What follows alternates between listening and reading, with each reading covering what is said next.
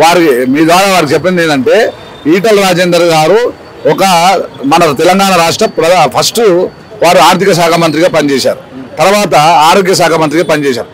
ఢిల్లీలో ఉన్న నరేంద్ర మోడీ గారు, ఢిల్లీలో ఉన్న మన ఈటల గారు, మరి ఈటల రాజేందర్ గారు, ఆ నరేంద్రుడు ఈ రాజేంద్రుడు వాళ్ళు ఖచ్చితంగా ఈ మన ప్రజల పట్ల ఈ దేశమంతా బయటికి వెళ్ళడానికి ఇబ్బంది పడుతున్న వేళ, శ్వాస పీల్చుకోవడానికి కూడా శంకిస్తున్న వేళ, అసలు ఒకరిని అనుమానంగా చూస్తున్న పిల్లల్ని తల్లిని అనుమానంగా చూస్తున్న వేళ తన ఎంత ప్రాణం మీరు చూశారు కదా నరేంద్ర గారు, మన ఈ రాజేంద్ర గారి ఆయన కూడా వారి ప్రాణాలని లెక్క చేయకుండా వాళ్ళ పిల్లలు మనలాగా వారి పిల్లలు ఉన్నారు, మనలాగా వారి కుటుంబం వ్యవస్థ అయినా ఏది లెక్క చేయకుండా నాకు ఇచ్చిన బాధ్యతను నేను నిర్వహించాలని ఒక సదుద్దేశంతో వారు అన్ని హాస్పిటళ్ళు ఈ దేశంలోనే మొట్టమొదటి, నాకు తెలిసి నేను టీవీలో కూడా చూస్తుంటున్నా, వారు ఈ దేశంలోనే మొట్టమొదటి ఆరోగ్య శాఖ మంత్రిగా పూర్తి స్థాయిలో వారు రోడ్ల పైన ఉంటూ సమీక్షలు చేస్తూ కోవిడ్ని కంట్రోల్ చేస్తూ అటు ప్రధానమంత్రి గారు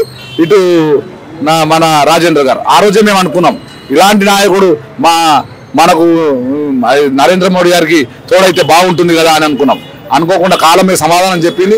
ఈరోజు ఈటల రాజేంద్ర గారు ఈ భారతీయ జనతా పార్టీ రావడము మనం ఎందుకంటే ఈ ఉదాహరణ ఎందుకు చెప్పానంటే అన్న, వారు కోవిడ్ సమయంలోనే వారి ప్రాణాలు అన్ని వారికి ఏం తక్కువ ఈటల రాజేంద్ర గారికి అన్ని వారికి అంగులు ఆర్భాటాలు ఉన్నాయి, కానీ నా బాధ్యతను నేను సక్రమంగా నిర్వహిస్తాను అనే ఒక సంకల్పంతో దృఢ సంకల్పంతో వారు పనిచేయడం జరిగింది. అదేవిధంగా మోడీ గారిని తీసుకుంటే వారికి ప్రధానమంత్రిగా ఉన్న సమయంలో పూర్తి భోగభాగ్యాలు అనుభవించవచ్చు.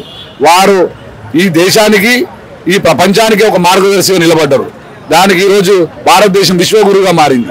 ఇలాంటి మంచి వ్యక్తుల్ని ఇలాంటి సమయంలో ఎన్నుకోవడం మంచి విషయం అని ఇక్కడ ఇది ఎన్నుకోవాల్సింది ఈటల రాజేంద్ర గారి గురించి కాదండి, నరేంద్ర మోడీ గారి గురించి బీజేపీ ఓటేయడం కాదు.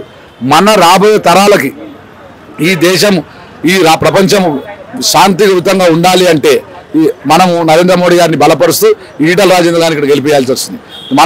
ఈరోజు మనం వ్యక్తుల్ని మనం గుర్తించలేకపోతున్నాం.